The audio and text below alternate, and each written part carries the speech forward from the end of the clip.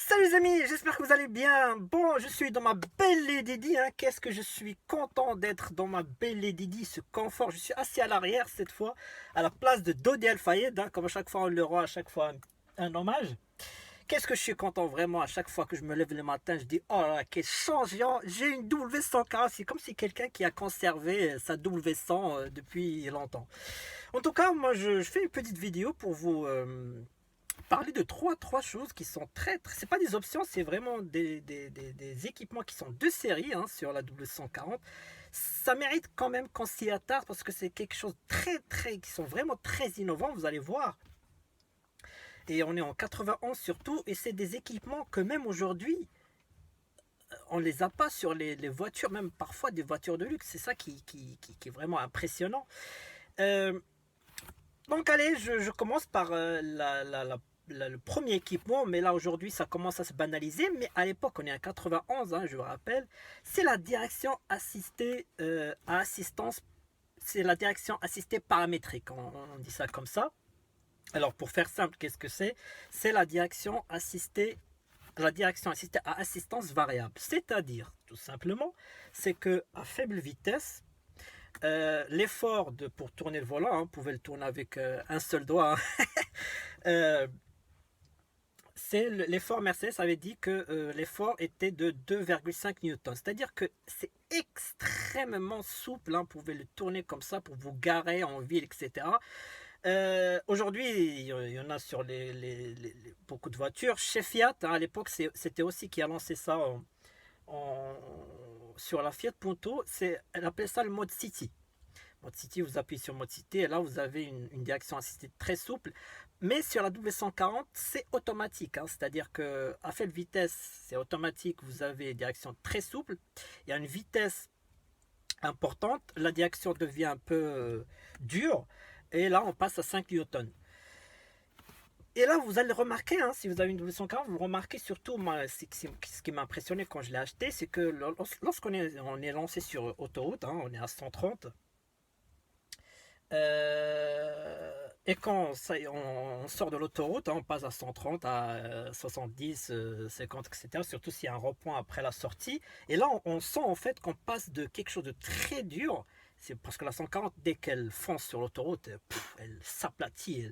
On dirait qu'elle colle sur la route avec une direction qui devient vraiment. Tu sens que voilà, tu es en sécurité, quoi. Et ça bouge pas en fait. C'est un tank.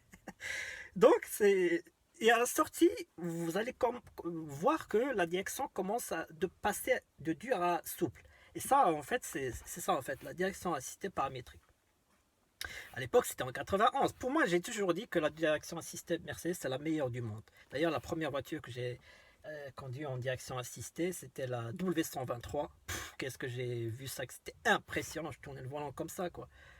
Et ça, c'était vraiment extraordinaire. De plus, elle est tellement bien faite, hein, pour la sécurité, etc. en cas de collision. C'est vraiment très bien pensé comme système.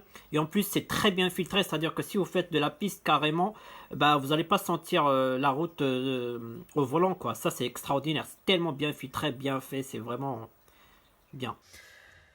Deuxième équipement, et là, il y en a beaucoup qui l'ignorent, hein, mais la 240 a le lave-glace chauffant. Il y a un double système. Il y a le système qui est dans le réservoir. C'est une sorte de bouilloire, mais c'est pas pour bouillir l'eau à 100 degrés, hein, c'est juste pour que inférieur à 0 degré. Donc il y a un système pour chauffer l'eau de lave-glace pour permettre d'avoir, voilà, pas pour que ça gèle pas, quoi. Donc le chauffe-eau, donc le système se trouve à l'intérieur du réservoir. Et ça ressemble en gros à ça. Et les buses aussi qui sont avec une résistance qui permettent de chauffer aussi. Donc en gros, ça ressemble à ça, donc avec un branchement électrique, bien sûr. Donc c'est-à-dire que vous avez double système, le réservoir et les buses. Ça c'est vraiment quelque chose d'extraordinaire. Moi quand j'ai découvert ça sur la mienne, je l'avais acheté je crois au mois de décembre, il faisait froid le matin. Quand je démarrais la voiture, j'avais une sorte de vapeur d'eau qui sortait des buses. Et là je commence à flipper, mais en fait quand j'ai compris que le système existait, parce qu'en fait ce que je vous parle de ça parce qu'ils ne sont pas codifiés en fait. Par contre, je ne sais pas, est-ce qu'elles sont toutes équipées par ça? Est-ce qu'il y a des pays qui n'ont même pas besoin? Donc voilà, moi, personnellement, je pense que c'est de série sur toutes, sauf des pays où c'est extrêmement chaud. Et voilà, je pense que c'est quelque chose qui vraiment sur toutes. Si vous ne l'avez pas, peut-être qu'ils sont intégrés avec l'option 592, donc les vitres athermiques.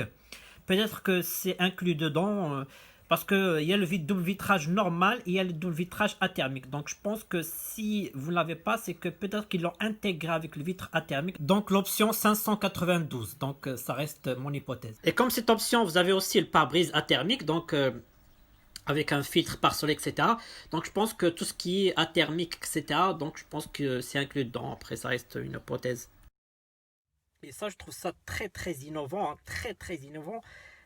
Avec les rétroviseurs qui sont aussi chauffants automatiques, hein, à partir à moins de 0 degré, hein, ça commence à désembouiller. Et ça, c'est quelque chose vous faites rien, c'est automatique, elle fait tout à votre place. Et ça, c'est extraordinaire, surtout le lave-glace chauffant, ça, c'est. Et la W222, elle a quelque chose d'encore plus innovant, c'est qu'elle a même intégré, hein, les jets de lave-glace sur les balais. Par contre, les balais, au lieu de gicler un peu de liquide et que ça balaye comme ça sert à rien en fait. Donc là, les balais, ils bougent doucement, tac, tac, tac, au fur et à mesure que l'eau chaude qui se gicle sur le pare-brise commence à faire son effet et ça monte doucement comme ça, tac, tac, tac, tac, tac, tac, et ensuite ça descend doucement, tac, tac, tac, et là après ça essuie. Ça c'est extraordinaire sur la 222. Les essuie-glaces avec leur buse percée au laser sur les balais et qui projettent l'eau en haut quand l'essuie-glace monte et en bas quand l'essuie-glace descend. Mais en tout cas, la 140 là, a la lave-glace chauffant et je vous défie de me trouver aujourd'hui combien il y a de véhicules qui ont ça, quoi. Combien aujourd'hui, on est en 2020 et des options comme ça, ils sont extrêmement rares, hein. C'est des options en plus, hein. Et là, c'est du série. Troisième option, et là on passe à quelque chose d'extraordinaire. Ça va vous paraître bête, mais c'est les ceintures de sécurité. Eh oui, ceinture de sécurité, vous allez dire, oh, c'est quoi ça encore? Mais je vais vous raconter, mais c'est extraordinaire comme système. Vous allez vous rendre compte, c'est vraiment quelque chose de. Quand j'ai découvert ça, ah, j'ai dit respect. Mais ça, en fait, en plus, c'est pas une option, c'est quelque chose qui est de série avec les airbags. Donc, je vous explique très rapidement, très simplement. C'est que les ceintures de sécurité, d'abord, quand vous les mettez, je parle de celles à l'avant, pas de l'arrière. Celles de l'avant, quand vous les mettez, vous avez le sentiment de ne pas avoir de ceinture de sécurité. Est-ce que vous l'avez pas? Pour ceux qui ont la 140, ils vont comprendre. Moi, la première chose, quand je l'ai acheté, quand j'ai mis ma ceinture sur le premier trajet, hein, au retour, je me suis dit, à chaque fois, je vérifie est-ce que j'ai la ceinture. C'est extraordinaire. D'ailleurs, c'est là où je me suis rendu compte et j'ai commencé à chercher, c'est qu'un collègue à moi, quand j'ai acheté ma W140, on a fait un petit tour, il m'a dit, c'est incroyable, j'ai l'impression de ne pas avoir de ceinture de sécurité. Et c'est là où j'ai compris le système. En fait, il y a 3 petits systèmes pour faire simple. Le système au repos, hein, donc ceinture enlevée, le système de conduite et le système d'urgence. Et oui, le système d'urgence. Vous allez comprendre, vous allez tomber de haut. Qu'est-ce qui se passe? Vous montez dans votre W140, vous mettez la clé, et là, vous mettez votre ceinture de sécurité, vous démarrez. Et là, il y a le premier système qui s'enclenche, c'est le système de conduite. C'est-à-dire que le système de ressort, etc., c'est un système très très complexe. Hein, c'est pas facile à expliquer. Mais en fait, tout simplement, l'enrouleur, avec un système, il devient extrêmement flexible. Extrêmement flexible, très confortable. C'est pour ça que la ceinture vous suit où vous allez, etc. Elle vous maintient, mais elle vous laisse une flexibilité très importante. Vous n'allez même pas vous rendre compte que vous avez une ceinture. Parfois, ça va vous arriver de voir si vous l'avez mis. Hein. Donc ça, c'est le système de confort. Deuxième système, c'est lorsque vous coupez le contact, vous enlevez, vous allez entendre un petit tac. Et là, la ceinture, elle va partir, elle va s'enrouler très rapidement. Ça, c'est un système qui, au lieu qu'il soit confortable et flexible, là par contre, il va tirer la ceinture pour l'enrouler. Et c'est ça en fait qui aujourd'hui sur les voitures. Les voitures d'aujourd'hui n'ont pas le premier système dont je vous ai parlé, c'est-à-dire le système flexible, confortable. Ils n'ont que le système basique, quoi. On tire comme ceux qui sont à l'arrière. À l'arrière, il n'y a pas le système comme à l'avant. Parce qu'à l'avant, je vous ai parlé, je vais venir après parce qu'il y a les airbags, c'est là où il y a l'innovation. Donc, l'arrière, c'est un système simple. Hein. Voilà. On tire lorsqu'il y a un freinage d'urgence, etc. Voilà, ça se bloque. Mais à l'avant, vous avez le système de confort. Donc, système de confort, donc elle vous maintient, mais avec une très grande flexibilité pour un confort inégalable. Moi, je dis que la ceinture sécurité 240, c'est la meilleure du monde. Système normal, hein. Système normal, donc vous enlevez, en enlevant la clé, hein, ça, vous allez entendre un petit clic. Ça, pour ceux qui ont la 240 vont comprendre. Ils entendent un petit clic sur le système à l'avant de la ceinture. Et le troisième système, c'est l'ETR. L'ETR en anglais, je vais le dire avec l'accent de Bruno Sacco quand il parle anglais. Et il a un accent italien-anglais qui est très marrant. Emergency ETR Tensioner. Emergency Tensioner Retractor. Emergency Tensioner Retractor. Ça, c'est l'accent de Bruno Sacco. Donc, en tout cas, pour faire simple, le système d'enrouleur d'urgence. C'est-à-dire que lorsque les airbags se déclenchent, il y a un système,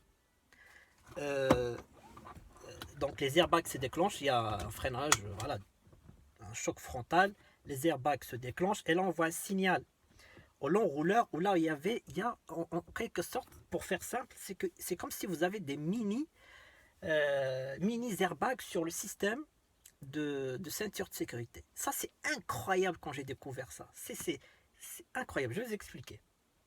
Tout simplement, lorsque vous avez un freinage d'urgence ou un choc frontal, etc., donc la ceinture de sécurité se bloque. Donc là, vous ne pouvez pas... Voilà, elle est bloquée.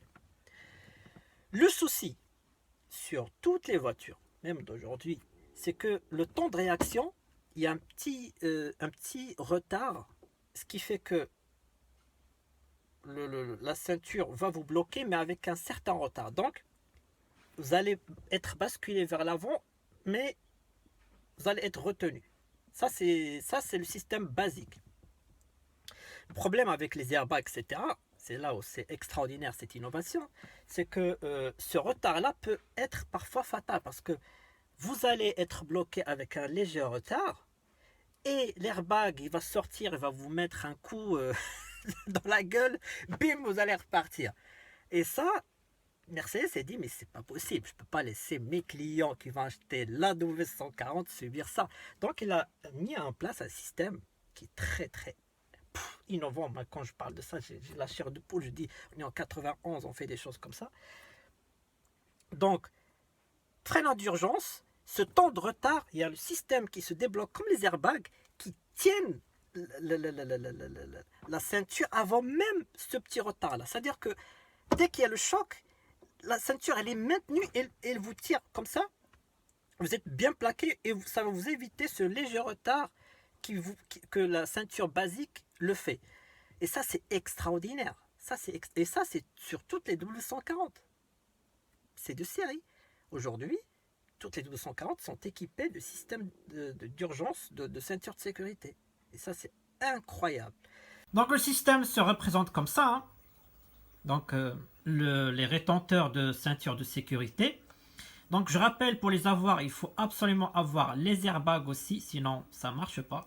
Parce qu'ils sont connectés avec l'airbag via cette connexion. Donc le système il est là, on dirait un mini airbag. Donc on peut voir à l'intérieur, il se présente comme ça. Voilà. Donc là, vous avez des capsules à gaz qui s'enflamment, qui poussent un piston, et c'est là où il y a la manœuvre pour retenir la ceinture. Et là, c'est bien expliqué. Hein. Donc là, l'explosion du gaz, combustion du gaz, tac, ça enclenche le système du piston, etc. Boum. Et là, ça maintient la ceinture et ça empêche d'avoir un retard. Donc voilà, le système Emergency Tensioning Retractor.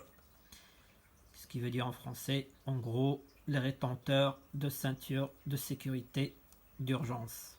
Ou rétracteur de tension d'urgence, hein, comme vous voulez. Hein. Sur le catalogue de Mercedes, il explique, ils disent voilà, le système Emergency Tensioning Retractors, ça permet en gros de éliminer remove excess slack in boats, c'est-à-dire l'excès de mou, donc des ceintures de sécurité à l'avant en cas d'un sévère impact frontal.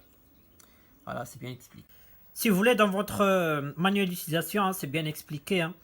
Comme vous pouvez voir ici, le calculateur, lorsqu'il reçoit le message d'un choc frontal, hein, donc il fait exploser les airbags et en même temps les rétracteurs d'urgence. Donc on peut voir ici, hein, c'est un schéma bien expliqué dans votre manuel d'utilisation. Donc je répète encore une fois, freinage d'urgence, ou non, attention, airbag, hein, il faut que les airbags explosent. Les airbags explosent et là on voit le signal à la ceinture de sécurité, au système le mini airbag, hein, pour faire simple. La ceinture, au lieu d'avoir ce petit retard, elle a déjà anticipé le petit retard, vous êtes bloqué et voilà, l'airbag va sortir, etc. Et ça, c'est incroyable parce que faire ça on est en 91, c'est pour ça que j'ai dit au début de la vidéo, ça mérite qu'on s'y attarde, parce que c'est quelque chose d'extraordinaire.